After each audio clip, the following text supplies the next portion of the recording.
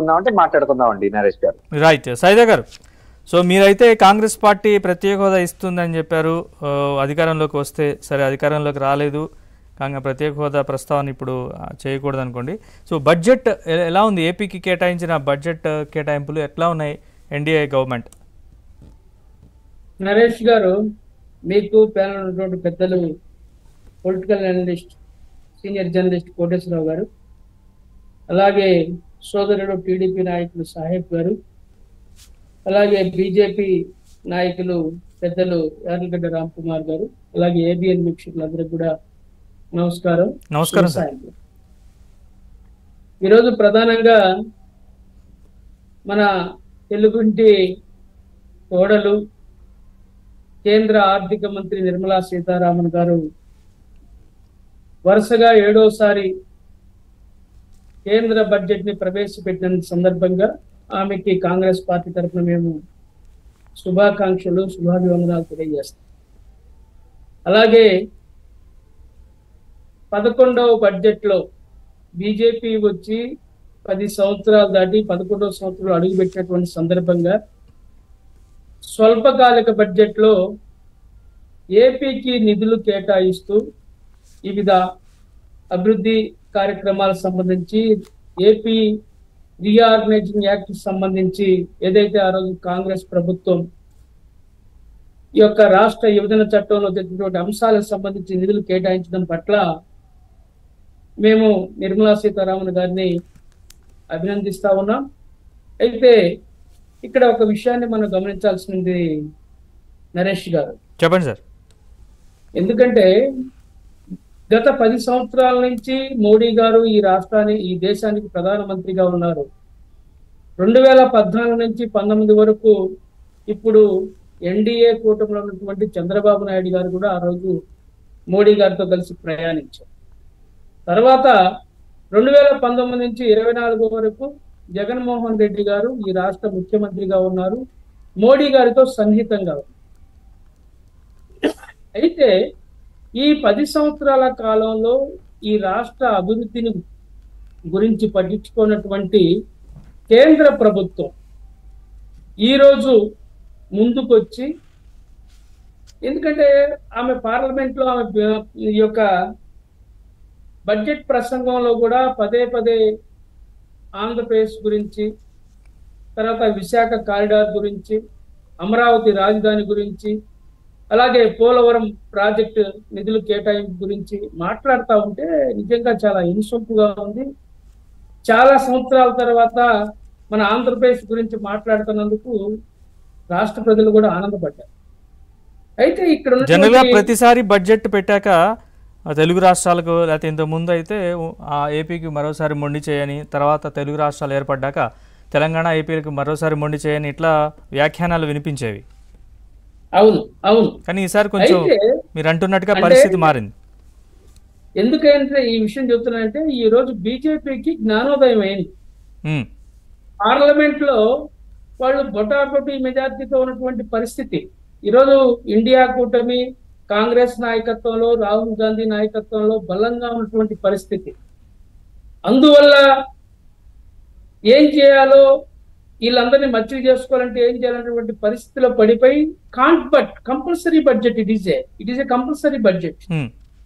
మీరు ఒక విషయం గమనించాలా, ఎవరైతే మోడీ నిలబట్టడానికి బీజేపీ ప్రభుత్వానికి ఊతకర్రలుగా నిలిచినటువంటి 2 రాష్ట్రాలు, అటు బీహారు ఇటు ఆంధ్రప్రదేశ్, ఈ 2 ఊతకర్రలకి ఊతం ఇవ్వటం కోసం ఇచ్చినటువంటి ఈ budget allocations, it is clear.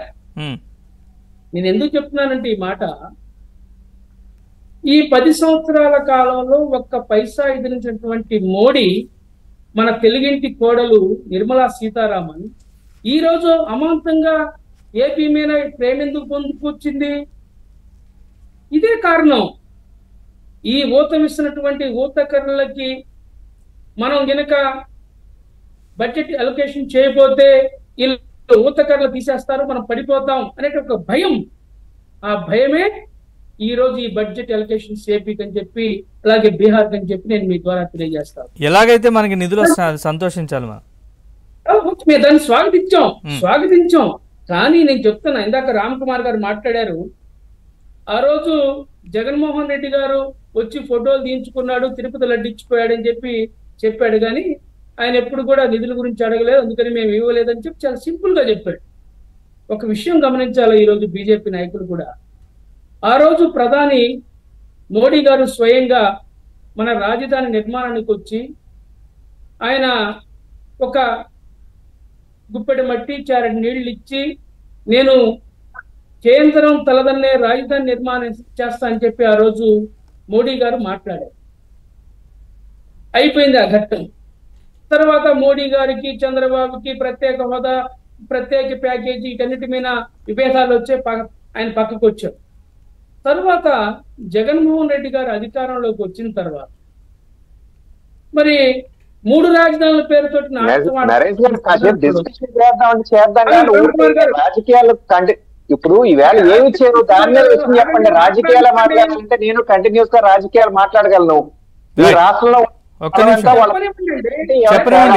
Ram Kumar గారు ఒక్క నిమిషం చాలా కాదు కాదండి. సెంట్రల్ లో మా గురించి మాట్లాడుతున్నారు ఆయన. రామ్ కుమార్ గారు ఒక్క నిమిషం.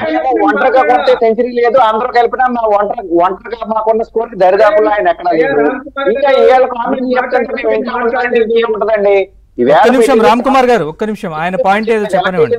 రాష్ట్రానికి ఏమి ఇచ్చారు, ఏం రాలేదు. రామ్ కుమార్ గారు ఒక్క నిమిషం, సైదా గారు పాయింట్ చెప్పనివ్వండి. ఊరికే ఊకటప్పుడు రామ్ కుమార్ గారు ఒక్క నిమిషం. రామ్ కుమార్ గారు మీరు మీ టైం మీ వంతు వచ్చినప్పుడు మీరు మాట్లాడొచ్చు. ఒక్కసారి ఆయన పాయింట్ చెప్పండి. అలా కాదండి, మనం బడ్జెట్ లో విషయాలు చెప్పానండి. రాజకీయాలు మాట్లాడే టైం అంటే దాని గురించి మాట్లాడతాం. మీ టాపిక్ ఏం తీసుకుంటే దాని గురించి స్పష్టంగా మాట్లాడతాను నరేష్ గారు. సైదా గారు ఒక్కసారి చెప్పండి, బడ్జెట్ అలొకేషన్స్ గురించి, లేదా అలొకేషన్స్ ఎలా ఉన్నాయి, అది అభివృద్ధికి ఎలా తోడ్పడతాయి, ఆంధ్రప్రదేశ్ అభివృద్ధికి. Let's talk about numbers and figures, facts. ఏమండి, ఫిగర్స్ కంటే కూడా వాస్తవాలు కూడా మాట్లాడుకోవాలి. ఈ రోజు గతంలో 10 సంవత్సరాలు ఆడిపోయిన మీ ఫిగర్స్. నరేష్ గారు, నేనేం చెప్తున్నానంటే, మోడీ గారు ఈ 5 ఎందుకంటే 3 రాజధానుల పేరుతోటి రాష్ట్రం అతలాకుతలం అయిపోయింది, మీరు చూశారు. 32,000 ఎకరాలు ల్యాండ్ పూలింగ్ ఇచ్చినటువంటి రైతులు, 29 గ్రామాల రైతులు, దాదాపు 30,000 మంది రైతులు 5 సంవత్సరాల పాటు ఎండనక వాననక రోడ్ల మీద తిరిగారే. ఏం ఆ రోజు కనపడలేదు మీకు రాజధాని? ఆ రోజు కనపడలేదా బీజేపీ నాయకులకి రైతుల ఇబ్బందులు? అమరావతి రాజధాని గురించి అప్పుడు మీకు తెలియలేదా? మీకు మీ ప్రధానమంత్రి హోదాలో మరి జగన్ చెప్తే ఆ రోజు ఎండ ఆయన ఆ మాట? ఎందుకు మీరు ఆ దత్తపుత్రుడిని ఆ రోజు పెంచి పోషించారు? ఎందుకు ఆ రోజు దత్తపుత్రుడికి అనుకూలంగా మీరు వ్యవహరించారు? అప్పుడు చెల్లి వచ్చి కాంగ్రెస్ లో జాయిన్ అవుతుంది, ఖాళీగా ఉన్న వాడికి ఉపాధి కల్పిద్దామని.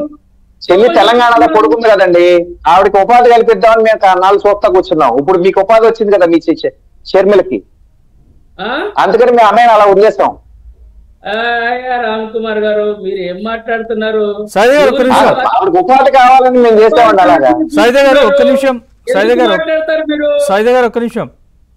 కోటేశ్వర గారు, ఒక అనలిస్ట్ గా మీరు ఎలా చూస్తారు కేంద్ర బడ్జెట్ ని? అలాగే